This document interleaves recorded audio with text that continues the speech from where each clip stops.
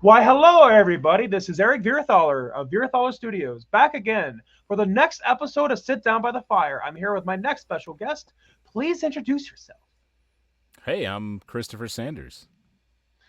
Thank you so much for that. And I certainly also want to thank you for taking time out of your day to be here. Yeah, happy to do it. Yeah, definitely. So, anyways, how about that you tell my audience what exactly is it that you do? Uh, well, I'm uh, I do a lot. I guess I'm technically a multi hyphenate. Um, I'm not the triple threat like actor, dancer, singer multi hyphenate. I Right. do not sing, but I act, write. Um, I wouldn't say I direct yet. Okay. But act in anything in the entertainment industry that involves acting. I do it. So stage, screen, film, television, commercial, uh, video games, and voiceover as well. Nice. Awesome. And so you were mentioning about, being the one to helm the project. So have you ever thought about like maybe possibly, trying to see if that's something that you would want to do? Like direct. Yes, yes. Um, I short answer yes. I definitely do want to direct something. Um, Long answer. I don't have any. I don't have any like film school under my belt, uh, or directorial training, like proper directorial training. So like I don't have. I don't have the seasoned eye that a true director would have to know like all the technicalities of how you direct a feature film or anything really, camera setups and whatnot. I only know it from being on the other side of the camera and what I could just kind of logically piece together. And I would guess that that would make for a an extremely annoying shoot for everyone else involved if the director was just kind of like, I've seen it done like this before, so maybe we try it this way. Uh, I would probably get chased off set. Um, that being said, I do want to direct something, uh, preferably something I've written, um, because when I write, uh, I am just putting the images that are in my head. I'm just describing them in words, and I have a pretty good um, the way my brain thinks. Everyone thinks in metaphor, and most people think in images. Uh, some people think in text, but very few people do. Like like if I say think of an elephant, you don't picture the word elephant, you picture an Yep. actual elephant, right? Mhm, yep. Um, so similarly, my brain does the same thing, but an extra thing that's for my whole life, I've always thought more cinematically. Like an entire movie or a scene from a movie plays out in my head. Uh, so I just don't know that I have the ability to make this incredible imagery that's going on in my mind translate into a camera and, you know, communicating it to an editor and all that. Right. And I mean, I certainly do see where you're coming from, like about not having that training. I definitely do get it. But I mean, to be fair, I have heard of some directors like who didn't ever go to film school. Like I believe Quentin Tarantino didn't, and I believe even Spielberg didn't go to film school either. And so, while I'm not saying that there's anything wrong with having an education, I mean, there certainly isn't. I mean, of course, I'm in college right now. And so obviously I'm not against having an education. But in my own opinion, I don't think it's a necessity, though. I mean, if you do want to, and I mean, if you do want to get into something like that, though. Um, yeah, I mean that's true. It was a different time, though, Fair, yeah, fair, yeah. in a completely different industry. That people like that the Tarantino's and Spielberg's. You know, we always do that. We pluralize the big names, like we say the Spielbergs, as Yeah, if there yeah, are more than one of him, and there isn't. Uh, but yeah, when Tarantino and Spielberg did it, like there was they were there. The industry had openings that could happen. Yeah, I'm not saying it's impossible now. It's right. just extremely less likely that a major production company would put millions and millions of dollars behind an untested and untrained director. Which is fair, and I mean, considering that they don't want to have all those millions of dollars go to waste. Yeah. So yeah, and I mean, of course, and that's why that so far with me being in college, one of the things that I was taught is that a lot of big budget movies they want to keep the plot going, which is why you don't really see like a lot of character driven big budget movies. I mean, of course, there are some, and I mean, there certainly are a few exceptions out there, but the majority of them, but yeah, the majority of them, like, you know, you of course have to have like a few elements like of like the plot driven and the character driven films, uh, but yeah, it seems to me though that there's not really a whole lot of character driven big budget movies though. Um, yeah, no, not anymore. The that used to be the mid-budget movie. Um, the all of the different the $5 to $50 million film, um, the rom coms and the Will Ferrell comedies, the tons of different independent, and I'm using air quotes here, because there was a long time where the indie film industry was actually still just the major studios just producing movies under their indie film production companies that they had acquired, uh, but still using pretty large budgets, still using like $5 to $50 million budgets. And I think for the layman, when you hear indie or independent film, you're thinking like micro budgets, like just Yeah. a few $100,000 is the total budget. But in the last decade, about the mid-budget movie has just doesn't exist anymore. Every major studio, they only make they're only trying to make the major tentpole, huge theatrical experience films that are several $100 million budgets. And unfortunately, a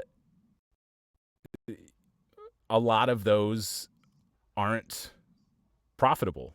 You only got a few that were like the first 10 years of the MCU, um, ending with the Infinity Saga, ending with Infinity War and Endgame.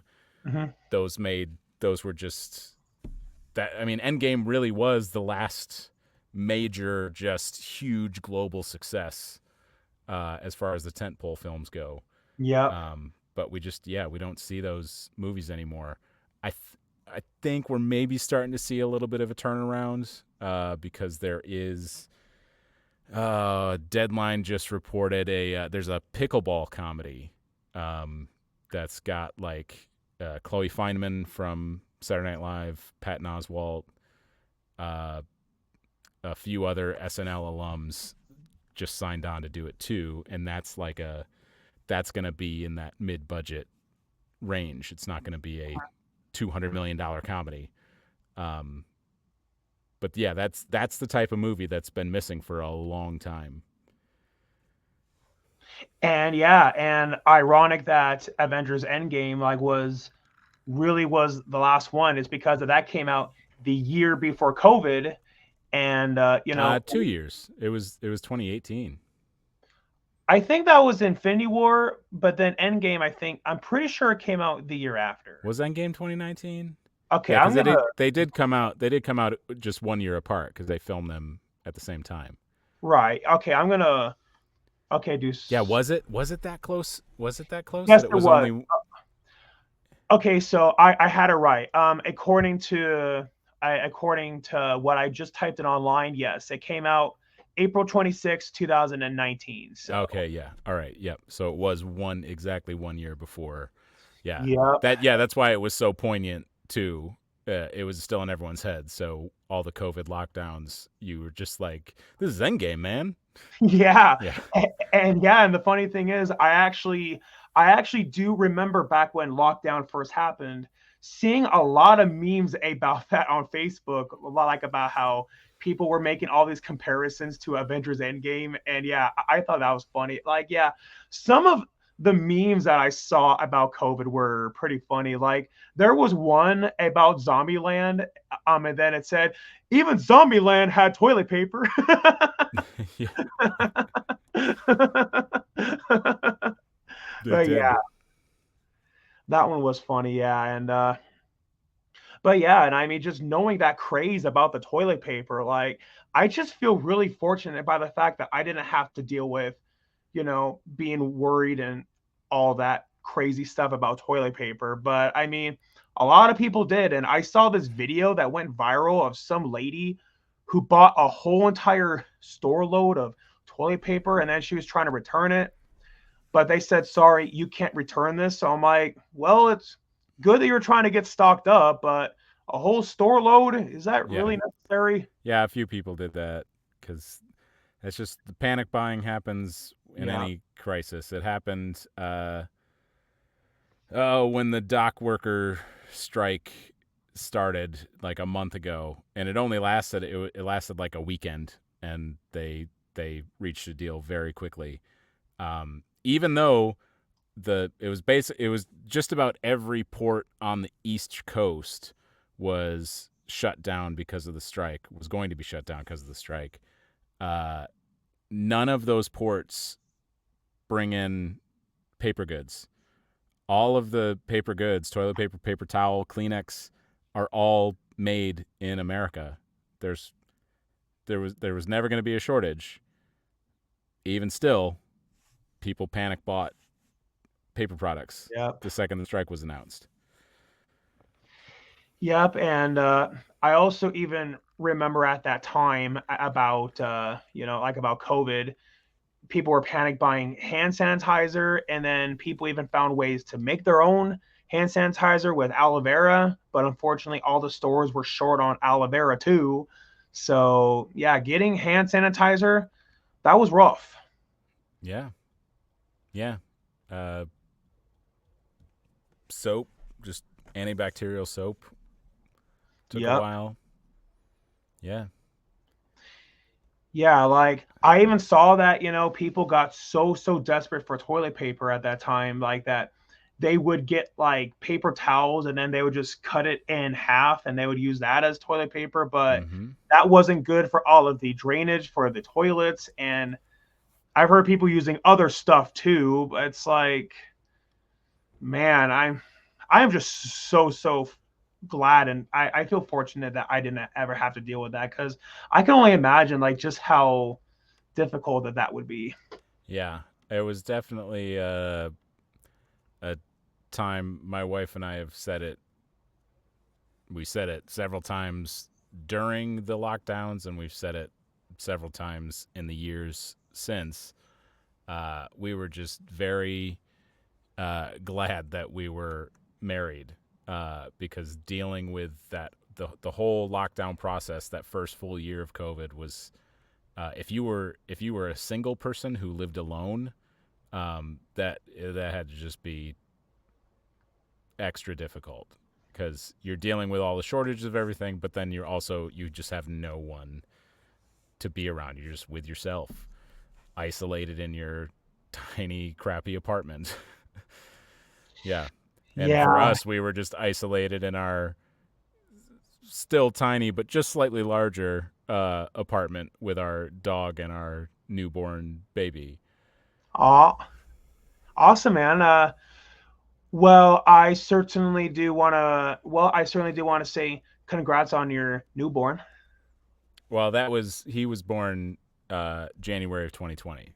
Oh, So he was okay. newborn during At the that first time, parts of yeah, COVID. yeah. Yeah. At that time, yeah. And, Yeah. and I mean, of course, because they were a newborn at that time, obviously they are not going to remember. They're obviously not going to remember dealing with COVID at that time. Oh yeah. Yeah, he'll be 5 in at the end of January. And he has not it's nuts the things that he does already remember. Like he'll just randomly say some just very obscure thing, and you'll have to ask him like, "Wait, what did you say?" And he'll say it again, and then you'll have to have him say it several times, and then you start piecing it together, and you realize that he's talking about uh, a toy that we played with him when he was like just over 2 years old. Wow. Um, on a very just one time, on a specific day at a specific time in the little play area we have in the living room. Um, but then he doesn't remember anything else around that. He just remembers that moment. Uh, yeah, and never has he ever remembered anything about COVID or like Huh. being surrounded by all of us having to wear masks and having to force him into a mask when we go to the doctor. Or, yeah.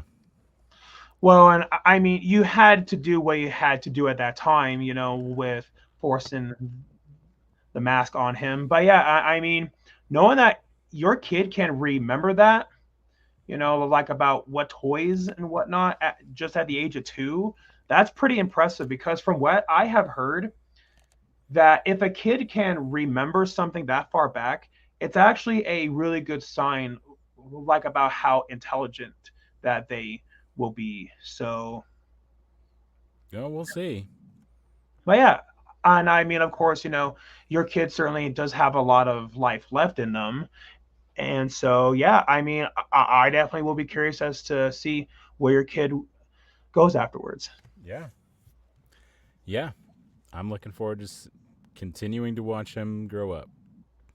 Oh yeah, certainly, yeah. And so I saw that you were the narrator in I saw that you were the narrator in like the Grinch horror movie, and yeah, and I just want to say that I thought that voice that you did was just so commanding, and it like instantly pulls you in. It's just, to me, it kind of sounded like a mixture of Malcolm McDowell, well, like with Jeremy Irons.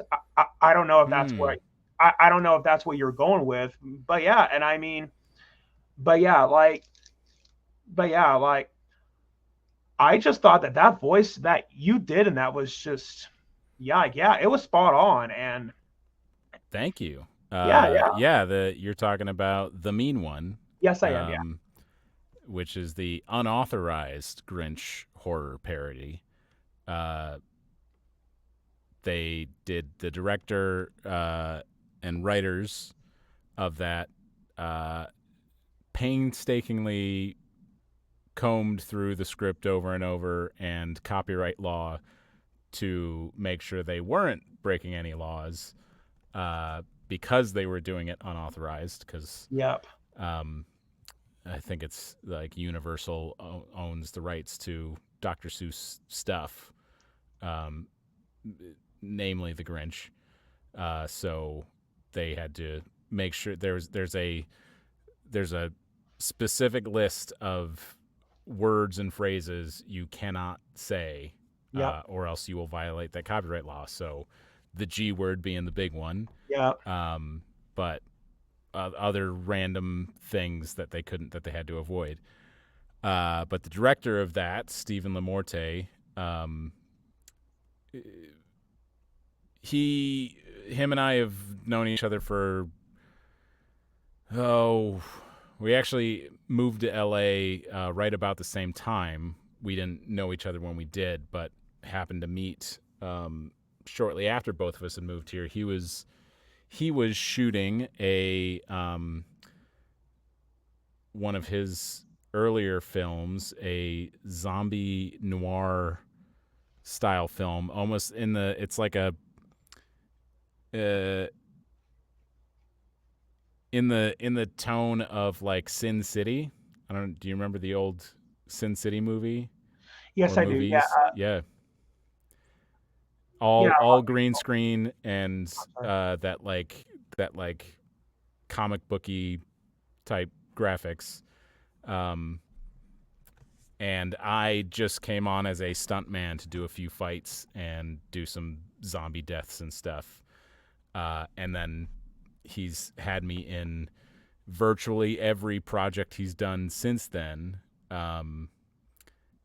and was going to have me as a character on camera in the mean one, but I was not available the day that they were going to be shooting that scene that he wanted me in. That's a shame. Which, yeah, it's a shame. It sucks, but that's just part Right. of the business. It's just how it happens. Yep. But then they got done shooting, and he asked if I would be interested in just making a tape for the voice of the narrator, and I was like, absolutely. What are you going for? What kind of voice do you want here? And they were like, we don't know exactly. I mean, we want something in the realm of like Anthony Hopkins, but not him exactly, because Anthony Hopkins is who narrated the Yep. Jim Carrey Grinch movie. Yep. Um, but since this is a horror comedy, it needs to have a little bit more edge to it.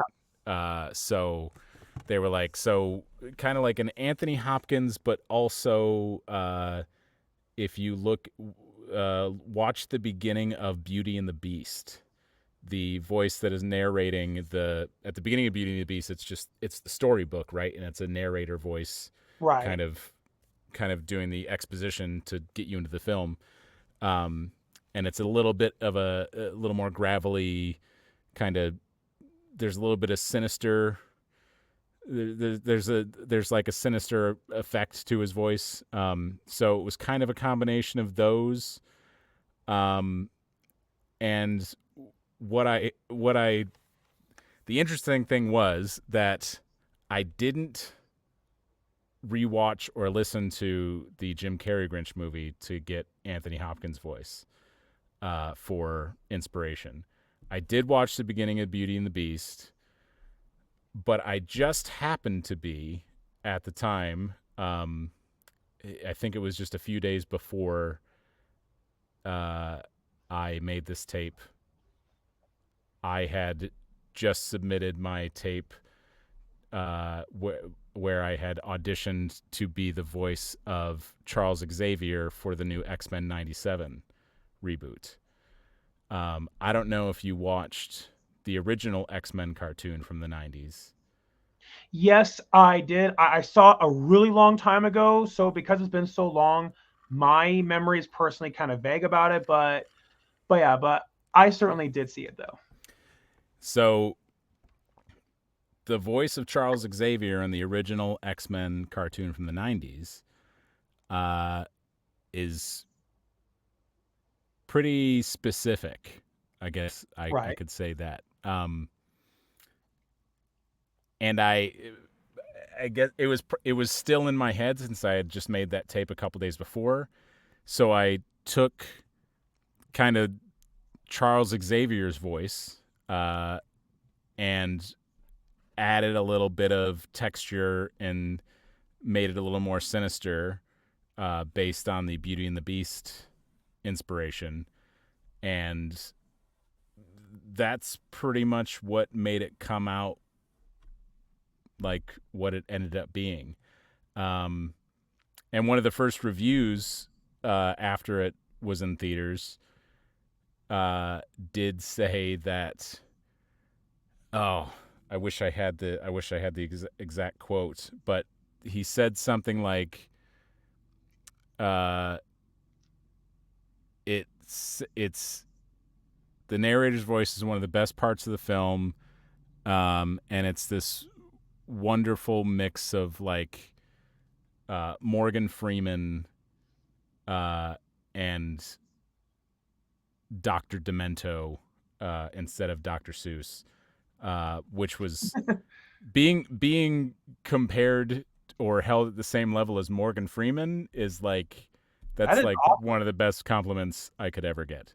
Oh yeah, certainly, yeah, and yeah, I mean, I wouldn't have thought of him, but I mean, now that you said that about what someone else has said, I can, but yeah, I can definitely see it, and yeah, and I mean, if I were to be honest, if I could have a book read to me like in that voice that you use in the movie, you know, I just feel like that it would make that book like so much more engaging, and so yeah. I feel you.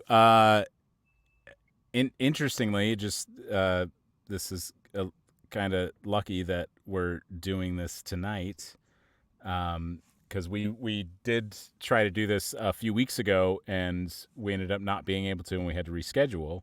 Uh huh. And had we done it a few weeks ago, this wouldn't have been the case. But the Mean One is getting a Steelbook, Blu-ray release, Mhm.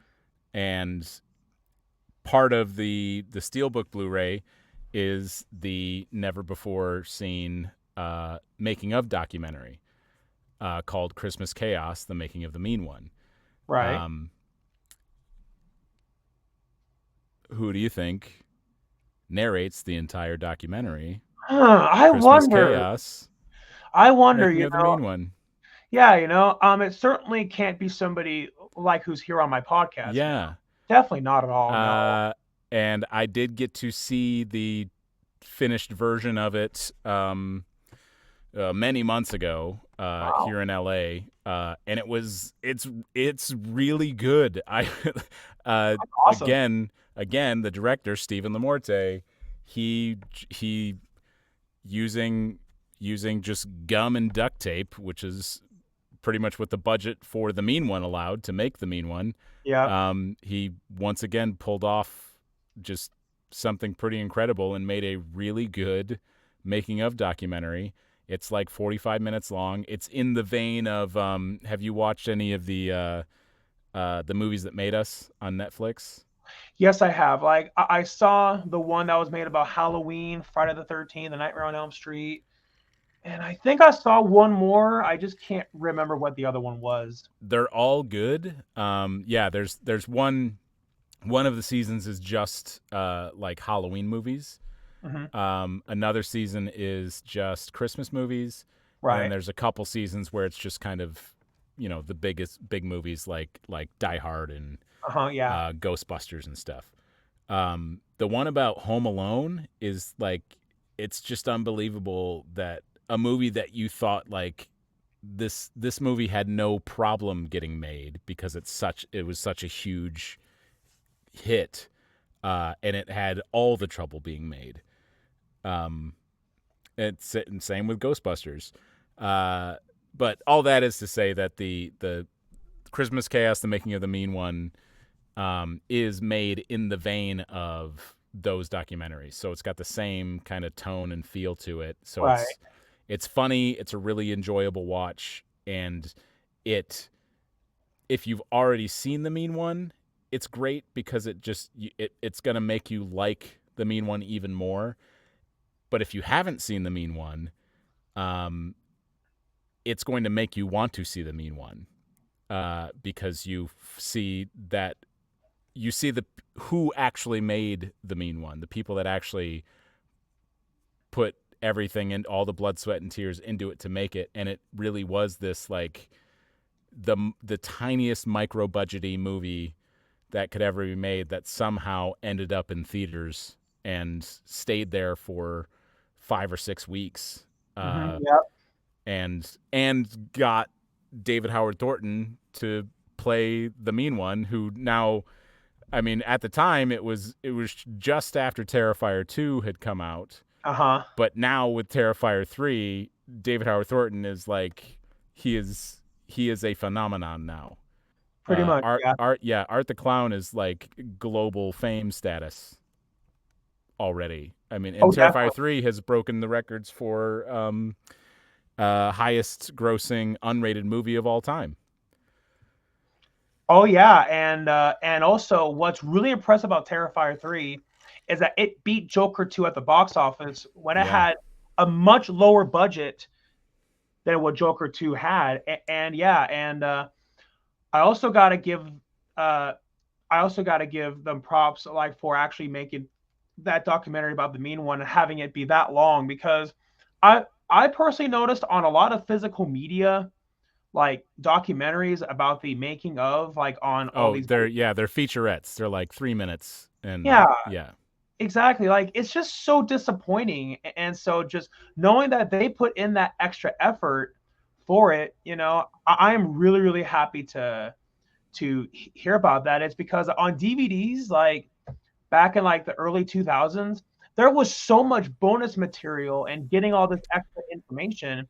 But nowadays, a lot of them, they just, there just isn't, because it's all, none of them want to put in the effort, because physical media just there, it still exists, but it's just such a tiny market now. Like my VHS collection that I then converted to DVD when DVDs came out, and then started to convert to Blu-ray when Blu-rays came out, was immense. yeah, I had a lot, um, but now that it sucks, it really sucks, because taken away it's taken away a really big income stream for a lot of people in the entertainment industry. That was how actors, especially, but everyone else above the line, directors and whatnot, like residuals from the film or TV show that you got to finally work on, are what keep you afloat. Uh, and most of us aren't able to live lavish lives. We're not multimillionaires. We're not even multi-hundred thousandaires. we're working class people, who pour everything we have in ourselves into audition after audition after audition, to be told no 99% of the time, and then book one thing, and then get lucky enough that that one thing is extremely popular. But now that one thing that was extremely popular only makes you money for the year that it's popular, and then you don't get anything after that. yeah, and and that's one of the hard parts I like about being in the industry of film is hearing all those no's. And I get it; it can be very very discouraging. I've had to deal with that too. But hey, what I have learned from my own journey, and I've heard a lot of other people say the same thing, is that every no eventually will get you closer to your yes. Yeah. Yeah, as long as those no's are, uh, well, I should clarify, and when people are saying you're getting told no, uh, you're probably never actually going to get a person or an email saying the words no. Uh, Yeah. you're just not going to hear anything.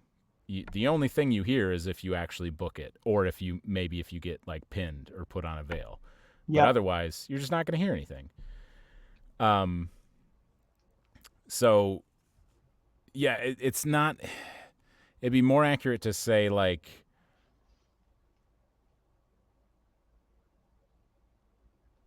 your job as an actor is to audition.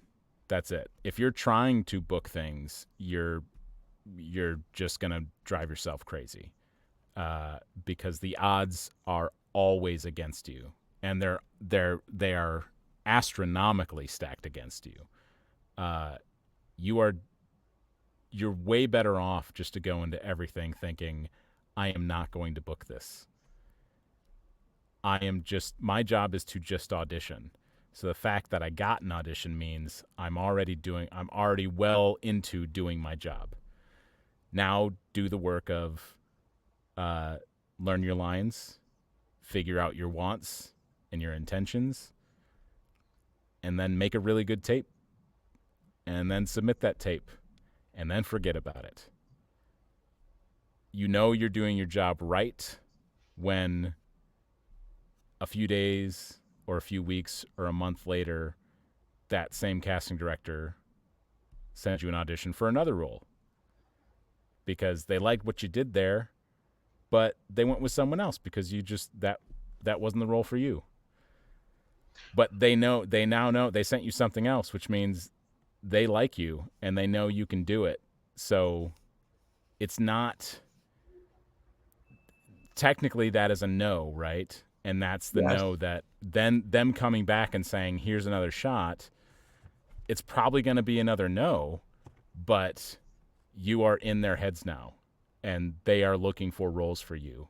And that means that it is much more likely that eventually it's going to turn into a yes. Yep. Yep. Certainly. Yeah.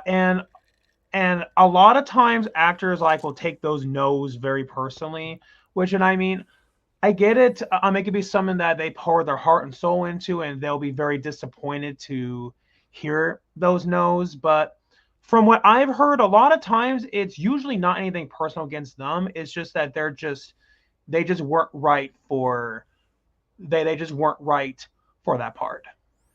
Yeah, I mean, it took me several years after moving to LA and changed because I came from Chicago, which is a very different market. There is film and TV in Chicago, but it's very very limited. It's a very low ceiling. So and the very few shows that actually do shoot in Chicago, uh, anything above a couple line co-star is still cast out of LA or New York.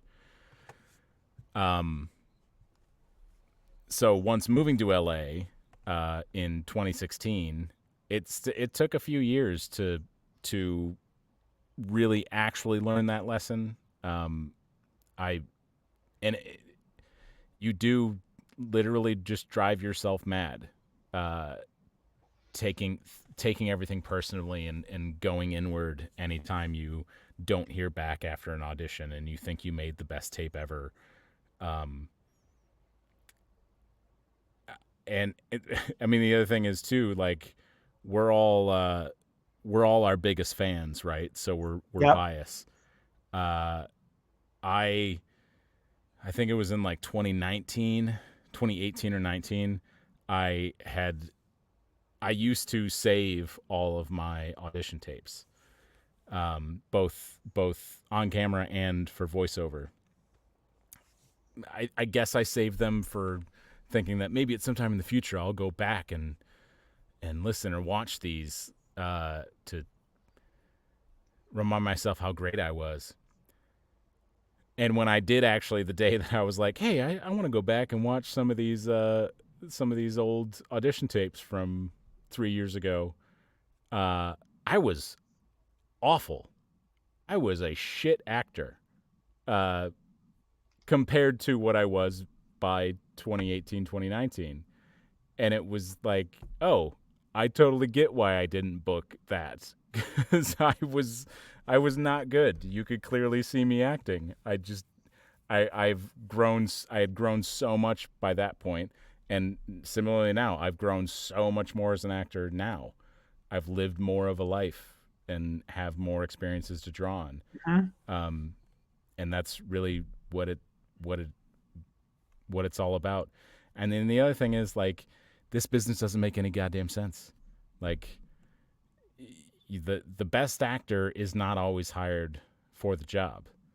Um, it a lot of times it is a an adequate actor who knows the right people.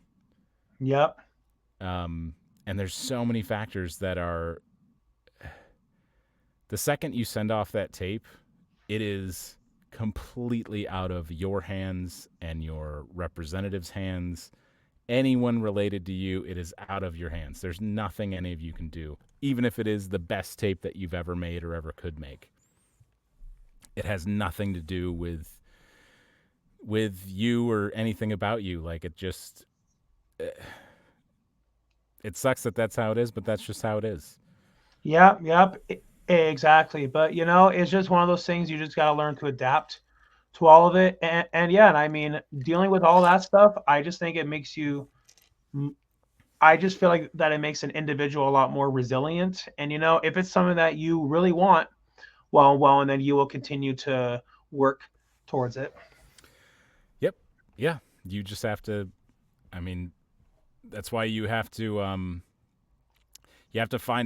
literally find a way to forget about it. The second you hit submit and your tape is in, there's no going back. After the tape is submitted, you have to just immediately forget that you did it, uh, and on to the next. That's all it is. And then when it makes it being able to do that makes it that much better when you do get the text or phone call from your agent, manager, whatever, to say, "Hey, you're pinned," or "Hey, remember that thing you auditioned for 2 weeks ago? You booked it." It's like, what? What do you? And it's again even better when they say, "Hey, you booked it," and you go, "Which one?" Hmm. Yeah, Right, and I mean, especially after when you book so many, where it can be hard to keep track of all of them. And so, yeah, and I mean, ultimately, you got to do what's best for your mental health, is because your mental health does come first. mm-hmm. And so, that's something that what I was taught in my first acting class is that once you do the audition, just move along with your day. Just forget about it, and just to protect your mental health, just so in that way you won't be too disappointed about it. And well, and I mean, if it turns out that you do get it, well, then great. But if not, you just got to keep pushing on. Yeah, yep. Certainly, yeah. And so I also saw that you were also in the show Yellowstone, which is ironic because that actually was filmed in my area down in Montana, but it recently moved to Texas. It's because of tax reasons. And so I was just curious about what your experience working on that show was like. Well, I shot one episode in the first half of season 5, um, which the second half of season 5 is finally about to start airing 2 years later. Um, I didn't know that they moved production because they were based in south of Missoula in base camp in Hamilton, and then their most of the shooting was done on the ranch in Darby, which is just south of Yep. Hamilton. Um, but they moved production to Texas for. Yes, from what I heard, it mostly was because of tax reasons. As far as my knowledge goes, it was because of like the tax incentives, like that they would have gotten better tax incentives in Texas, and they would have gotten similar filming locations anyway compared to what they had in Montana. I don't know how You don't accurate that have is. you the, there are no Rocky Mountains in Texas. Well, not so much the mountains, but I think more of like I think more so of like the more like desert areas what they were trying to go for. Hmm. That's as far as Uh, my knowledge goes. yeah. I don't. Yeah, I don't know because I mean I was only involved in the one episode of the first half of season 5, which was shot 2 years ago. Uh, and it was a pretty much great experience, uh, all around for me. That that was a just high end production, all around. They gave me car service from my home to the Burbank airport. Uh, Flew me first class to Missoula. They had a rental car waiting for me, because I'm an adult, and let me just they put me up in the DoubleTree Hilton in Missoula. Um, I just had to report to base camp for a wardrobe fitting, and then I had a whole weekend free. So I did some. I just went out by myself and did some incredible hiking, and then it came to the shoot day, and I showed up to set. We shot our stuff, and I got to work with Beth, who's I think everyone's favorite character on the show, which was kind of the best. Short of getting to work with Kevin Costner, I think. Yeah, yeah. Um, and she's an incredible actress, and she's extremely gracious. And she even leaned over in between takes at one point and just said, "You're great," which was just like getting complimented by co-stars, especially actual stars. Hmm. It doesn't get better than that Oh because yeah.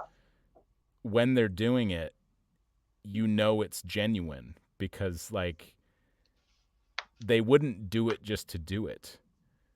Like Hmm. they wouldn't take the time. If you were actually a shit actor, that's only going to slow things down for them to lean over and try to give you some encouragement. Uh, they would only do it if they're like actually enjoying working with you and things are moving along because you're good at what you do. Um, yeah, and then I got on a flight, flew first class back home, and had car service back to my house. And um, yeah, it was a everybody involved was really cool. It's a really seasoned group. All the crew involved have the majority of them have been working on the show since the beginning. So like, it's a very well oiled machine. Um, and it was just it was a one of my best actor experiences uh, in all the time I've been an actor so far. Um, yeah, to get to be part of one of the biggest shows on TV, it was pretty cool. Oh yeah. Certainly so. And I mean, but yeah, and I mean, also getting to work with Kevin Costner, and I mean, not that many people can say that they got to have a chance like that. And so, and so that is pretty awesome. Yeah.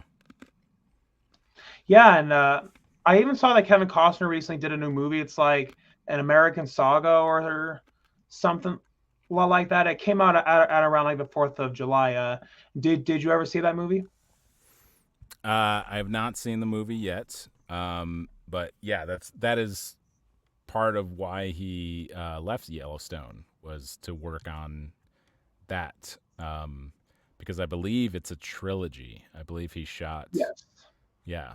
So they shot the first two parts, and then which are both huge movies, and then there's a third part that they are working on too. Yeah, and from what I've heard, take this with a grain of salt. I believe I heard that the first movie didn't do too well at the box office. Like, I don't believe it like bombed horribly, but I think I heard something about how it didn't do as well as they hoped. And so with parts 2 and 3 coming out, it kind of makes me curious as to how those are going to, you know, how those are going to perform. But I guess, we'll just have to wait and see. Yep, we will have to wait and see. Certainly, yeah. But yeah, just out of curiosity, did you ever watch that movie? No, I have not. I have not seen the American Saga, either of them yet. Okay, cool.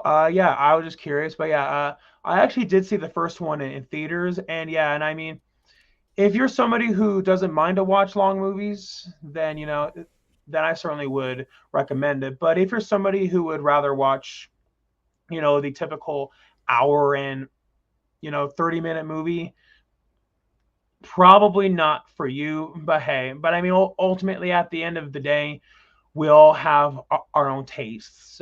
Yeah, that's true. So yeah, and I also guess it depends on if you are a fan of westerns too. Yeah, because that was part of Costner's goal with those was to we haven't had a big epic western for quite a while. Oh yeah, definitely. Like, I think last one I remember, what was that one like with Jeff Bridges that was like a remake of one of the John Wayne movies? True Grit. Yeah, that one. Yeah. Yeah. I believe that one, as far as I know, I think that was the last major western film like that came out and got a lot of attention. I mean, I can't really think of any others. Yeah, because True Grit was a Coen Brothers too, wasn't it? Yes, it was. Yeah. Yeah. And yeah, and I've heard some people say Cowboys and Aliens. I'm like, it has Western elements, but I don't Yeah. really No. think that one counts. No. No. Definitely not. Yeah, that's more of a sci-fi movie. I mean, of course, it has Western elements to it. Yeah, definitely not. Yeah. And yeah, and I've even heard somebody say that they say that that's their favorite Western movie. I'm like, if that's your opinion, well then that's fine. I'm not trying to make them feel bad for having their opinion, but I'm like, you know, I think you need to see a few more westerns. Yeah. Probably. Definitely, yeah. And so what exactly inspired you to get into acting? Um. I mean, I grew up watching. I had both my dad and my stepdad both kind of independently introduced me to different areas of um, classic comedies. Uh, my dad introduced me to basically everything from Mel Brooks. Um, and my stepdad introduced me to uh, oh, so before I forget that, my dad introduced me to basically everything Mel Brooks, but then also like Robin Williams. Hmm. Um, my stepdad introduced me to Monty Python and Mr. Bean and some of the more obscure comedies, or uh, the more off the wall non sequitur stuff like Naked Guns. A not not many people remember this movie, but it's one of Michael Keaton's best. Johnny Dangerously. Um, Similarly, one of Val Kilmer's best that a lot of people just don't even know they did. Top Secret, one of the best comedies of all time. Best one of the best fight scenes in that movie of all time. It's an underwater Western saloon brawl. They're at the bottom of a lake, and there's a saloon at the bottom underwater, and they have a whole fight scene. If you've ever seen, have you seen Top Secret? Honestly, I actually am really surprised by the fact that I haven't ever heard of that movie. So, Oh, you gotta watch Top Secret. okay, I certainly will. But yeah, Have you heard of those other ones? Have you heard of or seen Johnny Dangerously? Johnny Dangerously. No, I haven't seen that. I have seen Mr. Mom. Of course, I've seen the Batman movies he did. I've seen Beetlejuice. I saw Jack Frost. Yeah, There's yeah. Those are just different. Johnny Dangerously and Top Secret are the same type of comedy as they're farces. So it's just like the Naked Gun movies, or Hot Shots Part Deux. Um, it is insane and ridiculous and fantastic. Uh, I highly recommend. If you are a fan of comedy at all, you really should watch it. If you haven't seen the Naked Gun movies, Leslie Nielsen is one of the best comedic actors of all time.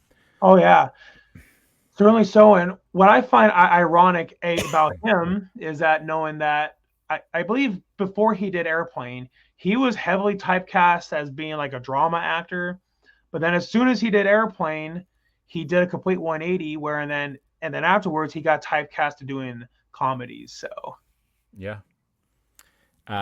And last, I believe they're potentially still they're doing a remake of Naked Gun with uh I think it's with Liam Neeson.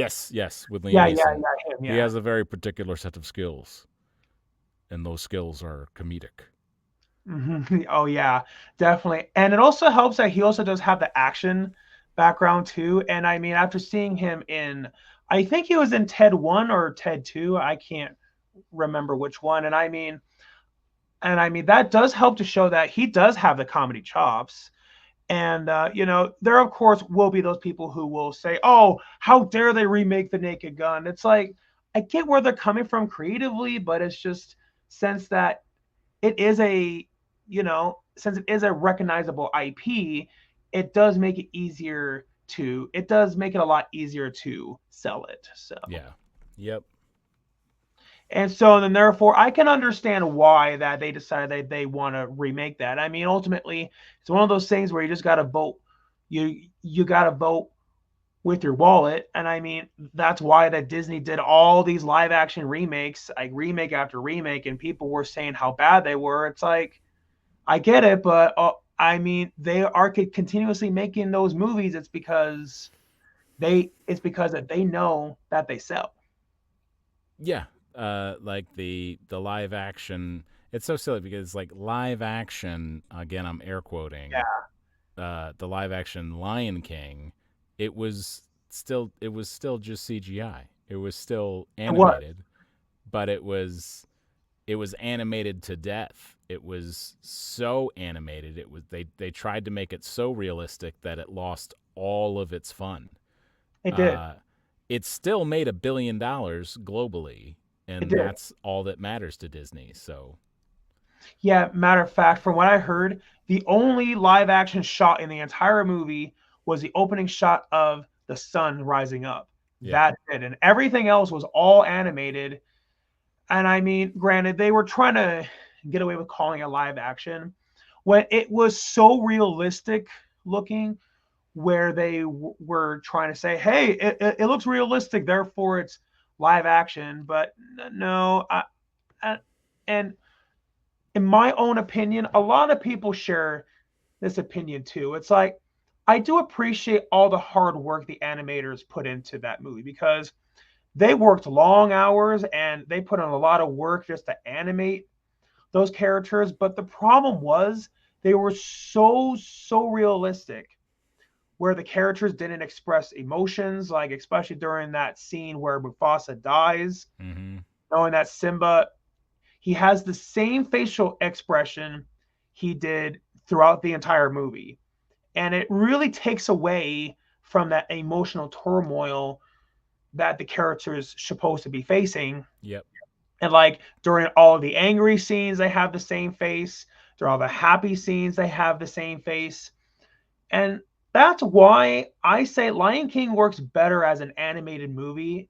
Well, I know that that might sound counterintuitive because the remake was animated too, but I think you know what I mean. It's just that, as an animated movie, they are able to get away with having the characters emote more. It's because it's not trying to be realistic in the first place. And I think that that was also the same mistake that they made with the original Sonic movie with that original design, was trying to make Sonic realistic. And you probably will agree that that original design was roadkill. Absolutely. Yeah. Yeah. Oh gosh, like even imagining, even being reminded of that, like it gives me nightmares. And yeah, and I'm like, Sonic isn't supposed to be realistic in the first place. I mean, he's a blue anthropomorphic hedgehog who runs at the speed of sound. Like, what about that is realistic? Yeah. Right. I know.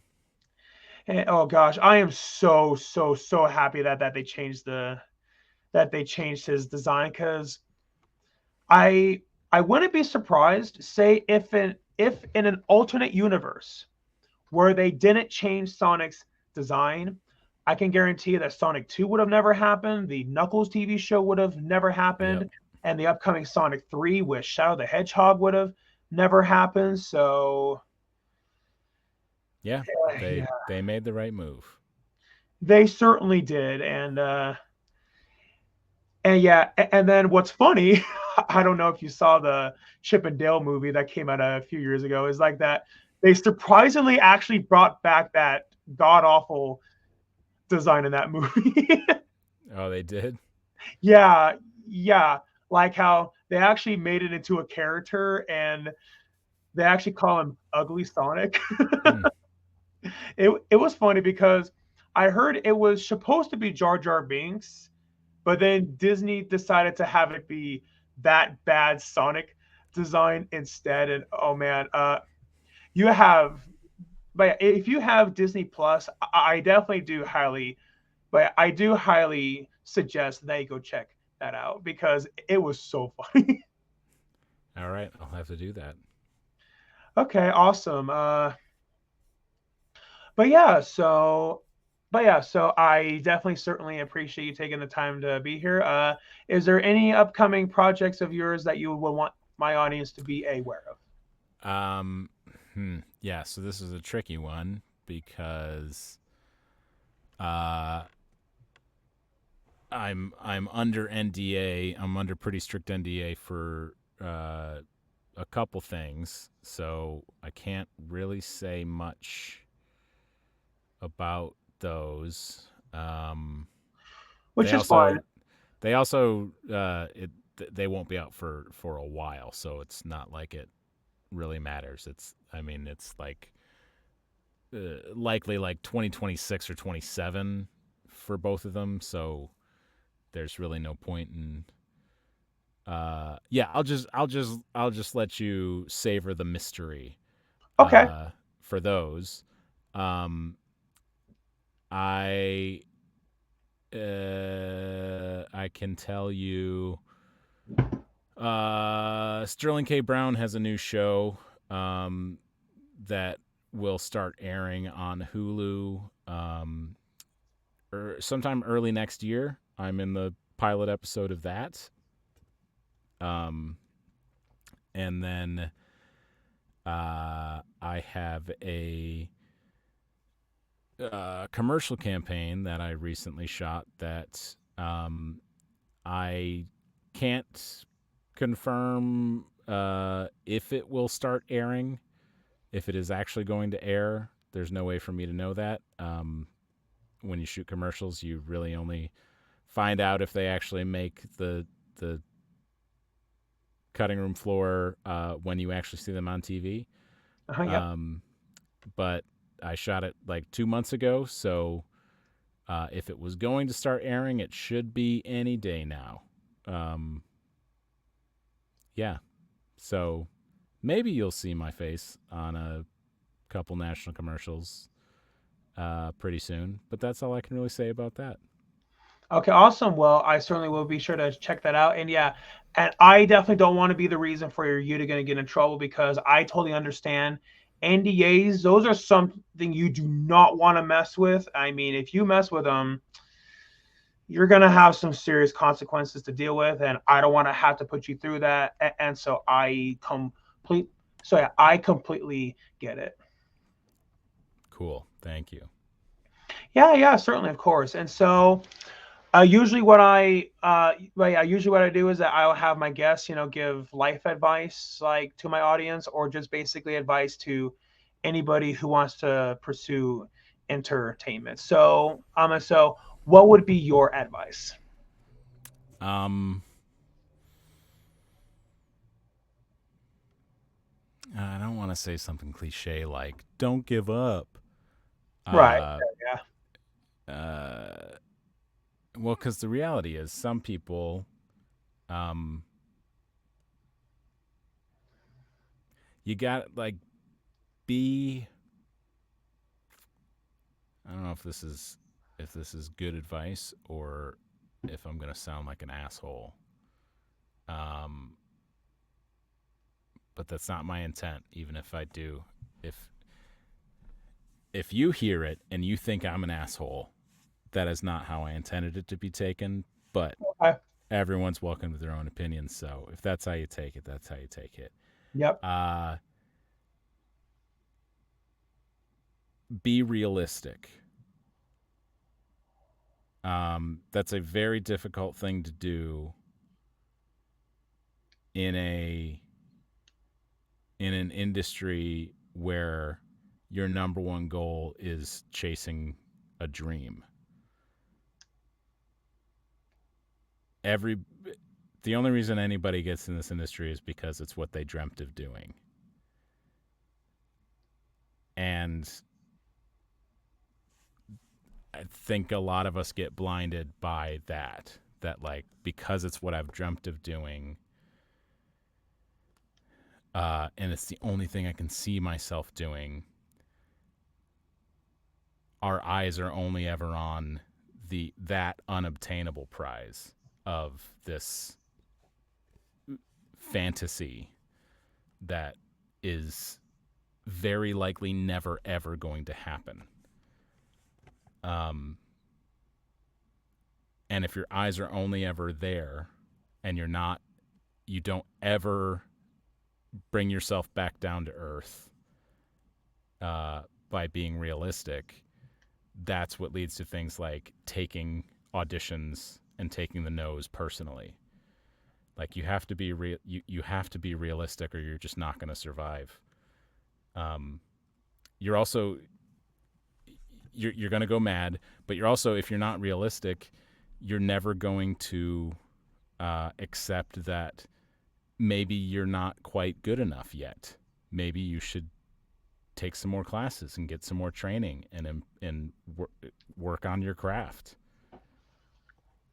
If you're always focused on this untouchable fantasy, um, and not being realistic, you're not being your authentic self, and you're not going to book anything, and you're just going to go mad, and you're not going to have any money. And ultimately, that's you kind of need the money. You need the money to get to the real money, because you got to have Yep. the money to survive and pay your rent and just live a Yep. life. Uh, and yeah, Yeah. And I mean, ultimately, people shouldn't get into the industry of film just to be famous. They should do it because it's something what they should do it. It's because it's what they want to do. And it's something that you really got to develop that thick skin about. You got to be resilient about it. And it's a and job. It's a job like any other job. yep, Uh, pretty much, yeah. yep. If your goal is fame, you're never gonna get it. You're never ever ever going to make it. Your your goal has to be like, I mean, the reason people hate jobs that they're in is because it's not a job they want to be doing. Yep. And if you get into acting and you don't want to be doing it, oh, that's I there's yeah, you really you've gotta with your entire being want to do this to be able to deal with the the constant rejection, Yep. um, the constant self doubt and imposter syndrome, and it's a very it's an extremely tough road. It is. And say if said person, now I'm not speaking on the behalf of every single individual out there, like who wants to pursue the industry of film, but if there's somebody like who truly can't handle the rejection and all that other stuff, then maybe they might want to reconsider being a part of it. Yeah, right. And yeah, and I mean, ultimately, if you're somebody like who truly can have that thick skin about it, and to keep pushing forward, then well, and then that's great. And I mean, reminds me of that quote from Rocky Balboa, that it's not about how hard you get hit, but how hard you can get hit and keep moving forward. Yeah, yeah, that's a great quote. Oh yeah, certainly. And yeah, and I actually argue that that's one of the best. I mean, in my own opinion, you may or may not agree. I think that that's one of the best movie quotes, and that's one of the best life. Like that's one of like the best quotes about life. Yeah, totally. Oh yeah, certainly so. And I mean, I even heard a story like about how even he was, about before he got it big with Rocky, that that he didn't have a lot of money, and that he was pitching Rocky to all of like these really big name movie companies at that time. All of them were saying, "Yeah, we'll do it, but as long as we get to cast like a big name actor like as the lead role." And he was like, "No, I want to be the lead role." And then eventually one of them finally said, "Okay, fine, you can do it, but at a reduced rate." And yeah, and that's also one of the things you got to do is you really got to have the persistence about it. Yep, totally. Oh yeah, certainly so. Well, anyways, I definitely really want to thank you for your time. I'll be sure to leave a link in the description, like for people to follow you on Instagram and check out your IMDb as well. Thank you so much, Eric. Yeah, yeah, certainly, of course, and yeah, and I certainly would love to have you on again. Yeah, man, this was fun. Oh yeah, certainly. Well, anyways, you all have a fantastic night or day, whenever you happen to be watching this, and look forward to the next episode.